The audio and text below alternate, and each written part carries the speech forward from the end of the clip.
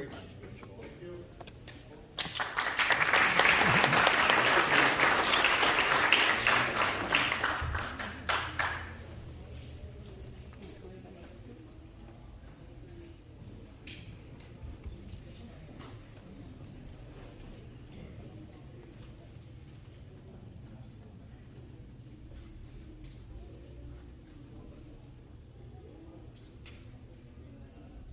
First and foremost, before I begin my 10-pager long speech, it's going to be 45 minutes.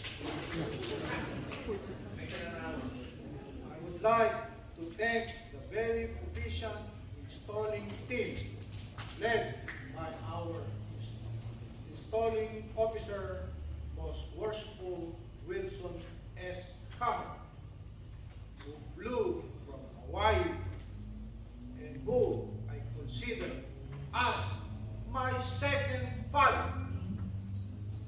If it wasn't for you, Most Worshipful Sir, I would be able to say that I am a legitimate master of these lands.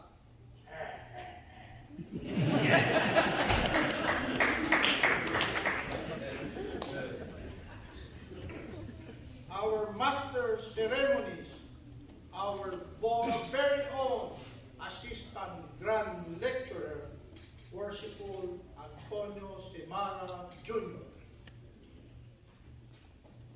and our installing chaplain, Worshipful John Wong, Inspector at Large. Thank you for making time out of your busy schedule, and it is an honor and privilege to be installed by all of you.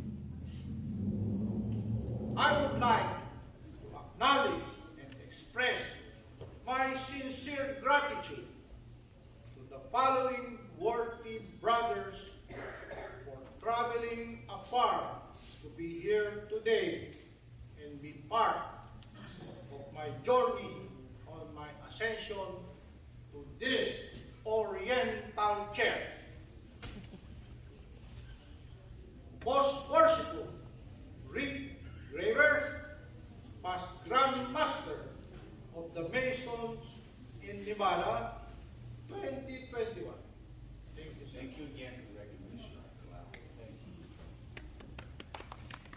After I introduce all my dignitaries, I hope there's going to be 3 of you who's going to give us a short, maybe short speech. At your request.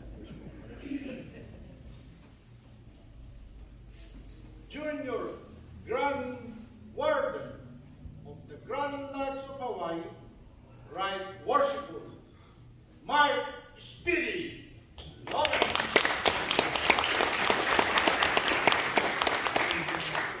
Grand Tyler, Grand Lodge of California, our own Worshipful Vince Tolentino.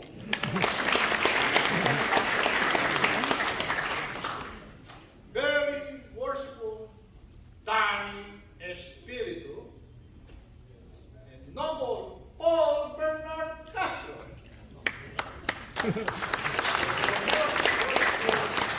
Grand Lodge of the Philippines.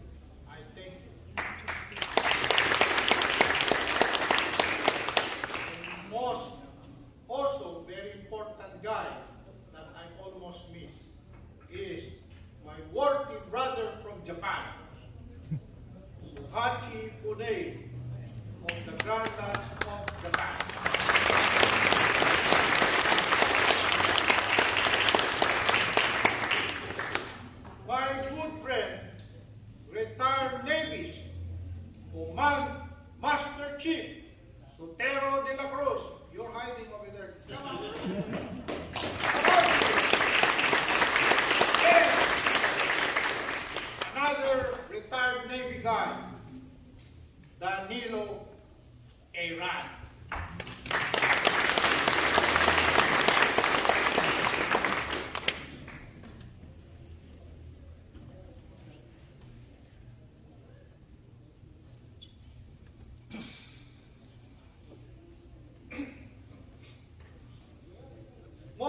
worshipful, sirs. Right worshipful, sir. Very most worshipful, sir. Worshipful, sirs. Brethren, families, and friends. Your presence added so much joy and excitement to this occasion, and I truly appreciate the effort to be with you guys. Your presence means the world to me, and I am truly blessed and grateful to have you all as my brothers, and I am truly blessed and lucky. Thank you guys. And of course, to all of you physically present here and those who are virtually with us, which is we're gonna show you a little video in a while. Thank you so much.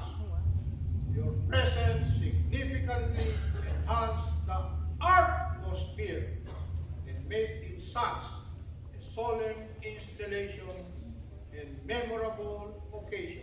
To those who supported this installation, I cannot really name all of you, but thank you very much. You know who you are, and I am really very thankful to you guys.